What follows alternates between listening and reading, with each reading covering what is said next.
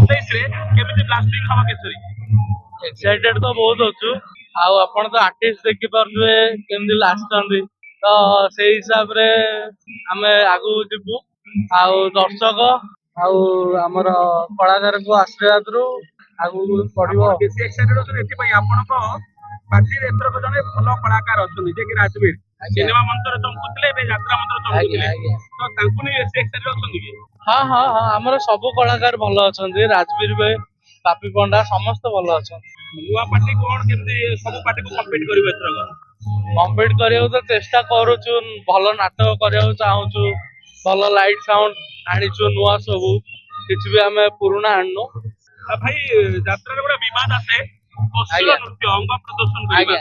ଗୋଟେ ମ୍ୟାନେଜର ଗୋଟେ ମାଲିକ ହିସାବରେ ଆପଣ କଣ କହିବେ? ଆପଣଙ୍କ ମଞ୍ଚରେ ସେଇ ଅଶ୍ଳୀଳ ନୃତ୍ୟାଙ୍ଗନା ମାନଙ୍କୁ ସୁଯୋଗ ନାଇଁ ଦେବେ ନାଇଁ ନା ନାଇଁ, ନାଟକ ଉପରେ ଗୁରୁତ୍ୱ ଦେବେ? ଆମେ ନାଟକ ଉପରେ ଗୁରୁତ୍ୱ ଦଉ। ଅଶ୍ଳୀଳ ନୃତ୍ୟ ହବନି? ନାଇଁ, କୋଉ କୋଉ ବହି ଏଥରକ? ଆମର ବହି ଟିକେ ଚେଞ୍ଜ ହେଇଛି ଏବେ। ଆଜି ପ୍ରଥମ ବହି ହଉଛି ନୂଆ ପ୍ରେମିକା। ଆଗକୁ ଆଉ 3ଟା ବହି ଅଛି।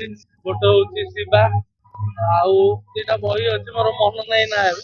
ଆଚ୍ଛା, ରାଜଗିରି ରଙ୍ଗ ଭଲ ପାଟିରେ ଥିଲେ, ଆଜ୍ଞା ଦରିଆ କୂଳର ଦରଦୀ ବନ୍ଧୁ, କୋଟି କୋଟି ଡବଲ କୋଟି, ତାପରେ ଅନେକ ବହି କରିଥିଲେ ଯୋଉ ଆଜ୍ଞା ନାଟକ ଆଜ୍ଞା। ଗୁଡାକ ସୁପରହିଟ୍ ହେଇଥିଲା ଏବଂ ଦର୍ଶକ ମାନେ ମଧ୍ୟ ରାଜବୀରଙ୍କୁ ଚେୟାର ମାଡ କରିଥିଲେ, ଯାତ୍ରା ବନ୍ଦ କରିଥିଲେ, ସମସ୍ତେ ପୁରା ରାଗି କ୍ଷିପ୍ର ହୋଇଯାଇଥିଲେ। ତ ଆପଣଙ୍କର ଏ ବହିରେ ସେମିତି କିଛି ହବ କି ରାଜବୀରଙ୍କ ଉପରେ? ନାଇଁ ନାଇଁ ନାଇଁ, ଆମେ ସେମିତି କିଛି କରିବୁନି। ଆମେ ଭଲ ନାଟକ କରିବାକୁ ଚାହୁଁଛୁ ଯେମିତି ଦର୍ଶକ ଖୁସି ହେବେ। ଆପଣଙ୍କର ଟ୍ରମ୍ପ କାର୍ଡ କିଏ ରହିବେ ଏଥରକ? ରାଜବୀର ଅଛନ୍ତି, ବାପି ପଣ୍ଡା ଅଛନ୍ତି। ତ ନିଶ୍ଚିତ ଭାବେ ଫାଇନାଲ କରିବେ। ଆଜ୍ଞା ଆଜ୍ଞା।